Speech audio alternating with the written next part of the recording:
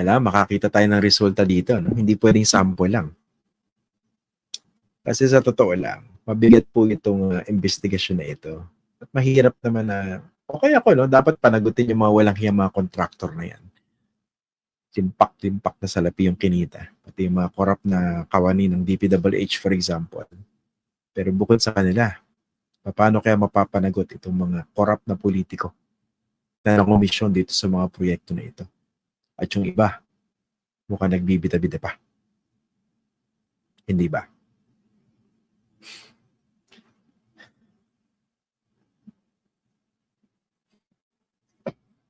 Okay, teka lang.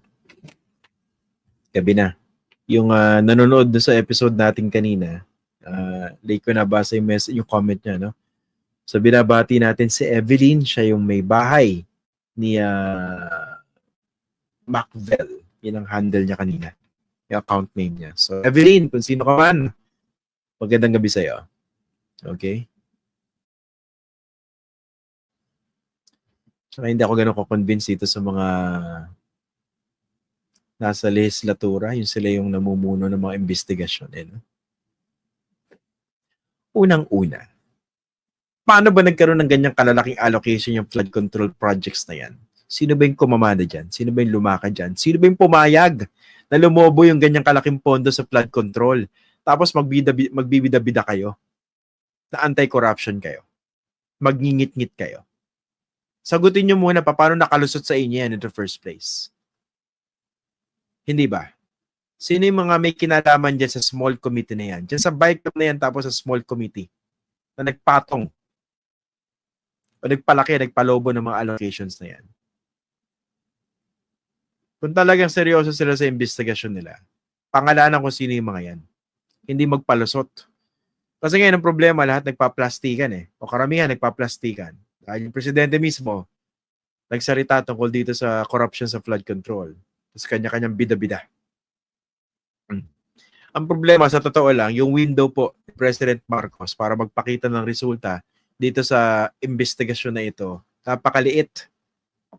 Dahil habang lumalapit po yung 2028, yung kanyang political capital ay lumiliit lalo. Tapos yung kanyang lame duck years ay lalong lumalapit. Kaya pag hindi siya nakapagpakita ng resulta, konkretong resulta, sooner and definitely not later, magmumukhang joke, magmumukhang sham ang lahat ng nangyayari ito. At sa punot dulo, ang kawawa po, tayong mga mamamayan. Dahil tayo po yung ninakawan at patuloy na ninanakawan. Yun po yung masakit dyan. Siyempre, hindi ito maintindihan ng mga gremlins and critters na mga mababantot, hindi naliligo at libagin na nanonood dito. Because they don't care about that. What they care about is the amount of money that they will probably earn from the people that they support, or the blind loyalty that they give to these politicians who they consider as gods. Pero yun po yung punto rito. Pero po natin yung pinag-uusapan dito. At kung wala pa rin mangyayari sa kabila ng issue na ito, kawawa po tayo. Pero, huwag po tayo magkakalimutan dito. Kasi yung mga DDS siguro natutuwa ngayon. O, kita nyo na!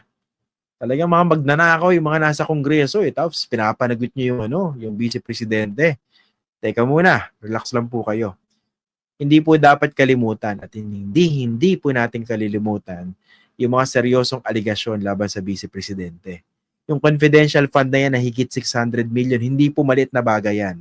At kung babalikan nyo po yung naging investigasyon ng kongreso dyan, napakarami pong question na hindi lang sa hindi masagot mukhang ayaw sagutin.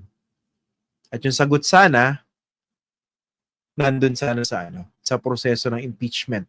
Diyan po, sa Senado, sa impeachment trial. Kaso yung mga magagaling natin mga senador, alam naman natin, talagang kinakaladkad yung kanilang mga para gawin yung kanilang tungkulin at nakakita ng kakampi sa Supreme Court decision. Kaya ayun, forthwith, in-archive yung impeachment complaint against the Vice President. At ngayon, medyo nag-iiba yung ihip ng hangin, yung mga tao nakatutok na rito sa flood control projects, sa corruption. Tama naman. Pero huwag tayo magkalimutan, hindi tayo dapat selective pagdating po sa issue ng corruption. At huwag naman pong magmagaling yung mga DDS at isipin na sila yung mga paragons of virtue, na sila yung mga huwaran, walang kabahid-bahid. Dahil yung mga aligasyon sa puon ninyo, hindi po biro yun. Tapos syempre, yung mga nagmamalinis na mga kongresista, relax lang din kayo. Dapat lahat kayo mapanagot. No exceptions. Ang problema, meron ba tayong ganung malalakas na institusyon? Meron ba tayong ganung political will dito sa ating sistema ng politika sa Pilipinas para mangyari yon? Ang sagot, isa pong malaking good luck.